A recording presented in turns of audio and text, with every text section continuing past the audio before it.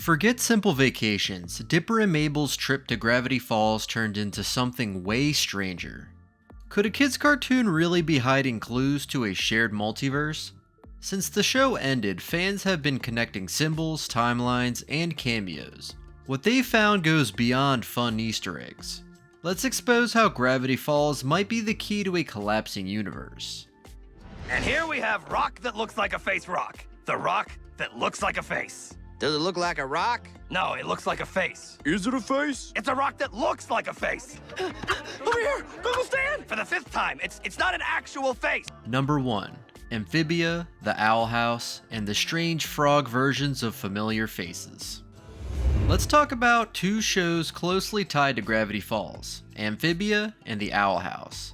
At first glance, they seem like separate magical tales, but fans noticed connections were way too specific to be random. In Amphibia's Season 2 episode Wax Museum, we meet two frogs who look and act just like Grunkle Stan and Seuss. Same voices too, thanks to Alex Hirsch, the Gravity Falls creator. It's not just a nod, it feels like they hopped into another dimension and got turned into frogs.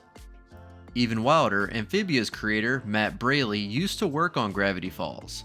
He's even said he wants a crossover. So maybe it's not just a tribute, maybe it's another dimension of the same universe. Then there's the Owl House, with its triangle-shaped villain, a found family, and Alex Hirsch voicing King, who sounds suspiciously like Bill Cipher. And in its finale, Anne from Amphibia appears on screen, proving all three shows are part of one magical, tangled multiverse. I wouldn't be surprised if the man of my dreams walked through that door right now. Not good. Ow. Number 2. Rick and Morty, the day the portal broke everything.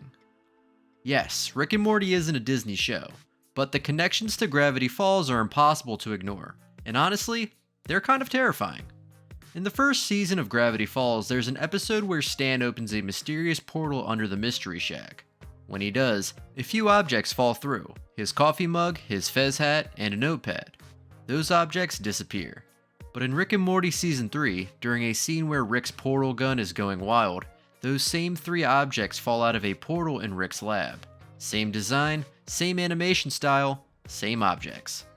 That means these two shows, one about a spooky town full of strange creatures, and one about a scientist who hops through realities, are officially connected. Somehow, Stan's portal opened into Rick's world. It gets weirder. In a later episode of Rick and Morty, some fans spotted a symbol that looks just like Bill Cipher hidden among strange alien writing. There's also a pair of Morty clones that look exactly like Dipper and Mabel, wearing similar clothes and carrying similar gear. The theory? Some people believe that Rick Sanchez and Stanford Pines might actually know each other. Both build portals, both mess with reality, both have secrets. Maybe they were friends, maybe rivals. Either way, the idea that these two worlds touched at some point isn't just possible, it might have already happened. I did it! I fixed portal travel! Oh, shit! Figured my guy deserves a vacation. Boob World! Damn right, and it's Areola week. Oh, all right! Good old-fashioned portal fun! Yep, like this. Oh! It's gonna be classic episodes, Morty. Puke, Rick! Portaling in, wrecking shit, portaling out, Morty. Oh my god, adventures, Morty, social commentary, rude characters. Here we go! Rick. Number 3. Phineas and Ferb. That imaginary creature was real. And dead. This one is both funny and creepy. In the theme song for Phineas and Ferb, there's a line that says, "Discovering something that doesn't exist." A strange magical creature shows up on screen. It looks like a mix between a turtle and a unicorn. Everyone thought it was a joke. Then in Gravity Falls, during the episode Little Dipper, the kids are playing chess on a table in the Mystery Shack.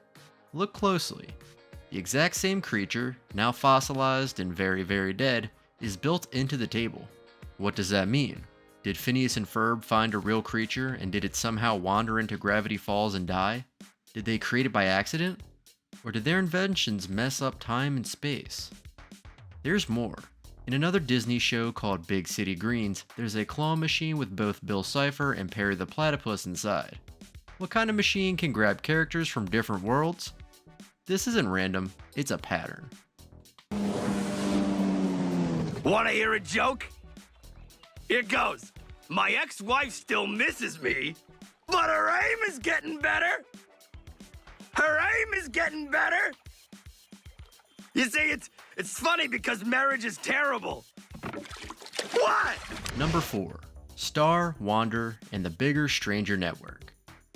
If you think we've covered all the links, think again. In Star vs. the Forces of Evil, fans notice background characters that look like tourists from GravityFalls. Just lazy animation reuse? Maybe. But in a world where all these shows share tiny details, even the background matters. In Wander Over Yonder, a short episode parodies GravityFalls, calling it The Mystery Kids Mysteries. Funny, sure, but in Future Worm, characters ride a time deer through different realities, and one of the places they visit looks a lot like GravityFalls. They also visit places that resemble Star's World, Pickle and Peanut, and Wander Over Yonder. That's 4 shows, possibly sharing a giant multiverse highway, and one weird creature knows how to travel between them.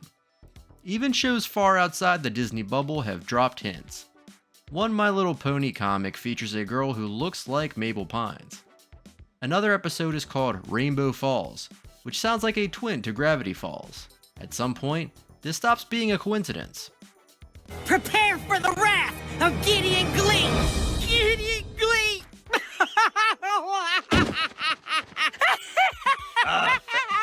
I don't even know how to respond to this. No! Number 5. Bill Cipher isn't gone, he's watching. When Gravity Falls ended, we saw Bill Cipher destroyed. Or so we thought. Soon after, Alex Hirsch began dropping cryptic tweets, coordinates, photos, clues.